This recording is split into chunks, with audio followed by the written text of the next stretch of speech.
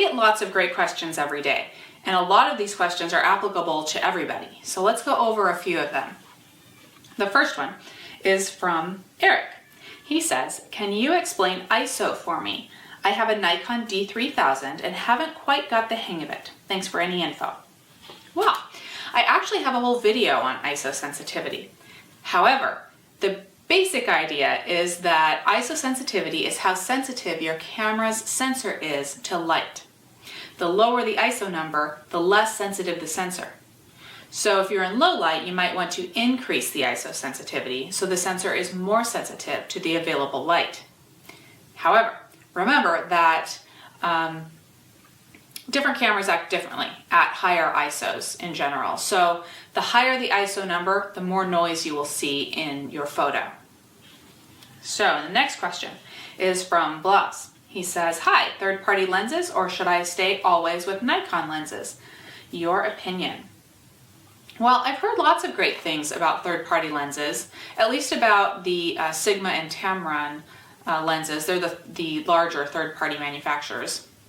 However, I don't have any of their lenses, and I don't generally like to comment on equipment that I don't have much seat time with. So I've heard good things about them though. Next question is from Robert. He says, can you recommend a good starting light setup beyond hardware store work lights? Something like a strobe kit maybe, umbrella or softbox, or do you really need one of each? And where do you start? Well, you have a lot of choices when it comes to lighting. Here are two setups that are relatively inexpensive if you're looking to go beyond hardware store work lights. I have, let's talk about strobes first. I have the Alien Bees B800s, each with an umbrella. I have a shoot-through umbrella and a reflector umbrella. And I've been very, very happy with them. Another option you have is continuous lighting. I have Flora fluorescent continuous lighting. They're made by a company called Linco, and I have soft boxes for those. And I've also been really happy with those. Although with the fluorescent lights, you do have to concern yourself a little bit with white balance. Strobes are great for still images, and continuous lights are great for both still images and video. So it really just depends on what you're looking for. They're both good options. Next page. Let's see, Scott says, don't want to be on the dull side, but what is your suggestion for use of release forms? I found a generic release online some time ago, and I modified it for my purposes. I like to use a modified release that states what I'm going to use the photos for. Searching around in Google, you can find various releases. So just do a search and you'll find, any number of things you can use. Paul says, some shots just can't be planned. What was your luckiest shot ever? Gosh, well, the first one that comes to mind was at a wedding.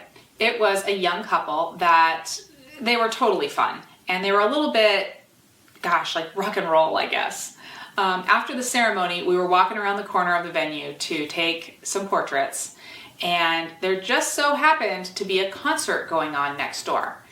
And a bunch of kind of youngish concert goers were waiting in line to get in. So we got the newlyweds to run up and take a photo in front of this crowd of people. And everyone was yelling and shouting, and it was an absolutely awesome photo for them.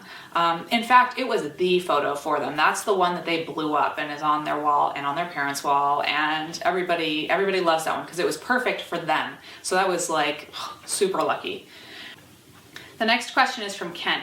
He says, what picture control do you use the most in your camera, and have you created your own custom picture control? You know what? I use standard the most often. Sometimes I'll switch it over to vivid for landscapes or for wildlife. And I haven't created my own custom picture control, but sometimes I do adjust the settings on vivid or on standard. In general, I'm typically pretty conservative with saturation and contrast and sharpening. I'm not quite, if I'm not quite sure what I'm going for, but I want to get the shot and then tinker later, I might set my camera over to RAW, but some of you may know, I really don't do that very often either. Next, Gavin says, having read in various different magazines, what are the benefits of shooting in color and then converting to mono? If my intention is for mono, why start with color and then go through the whole processing stage? What gives? Well, you shoot in color because you can use the channel mixer in Photoshop or whatever photo processing software you're using to choose how you want your black and white image to appear. Going black and white is not just a matter of removing the color information from the image. There are a number of different ways that a single image can appear in black and white.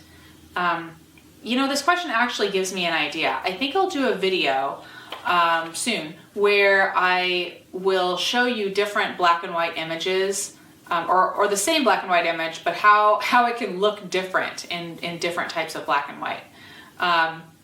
Anyway, one thing that I do like to do in newer cameras, instead of just desaturate black and white, is to choose a filter like yellow or green. In a lot of the newer DSLRs, you can do that right in the camera. And I do tend to like those results. All right, and the last question today is from Jamie. He says, tell us something we don't know about you. Well, gosh, I talked to you guys about so many different things. I guess I could say, although I have a lot of pink things, my favorite color is actually orange.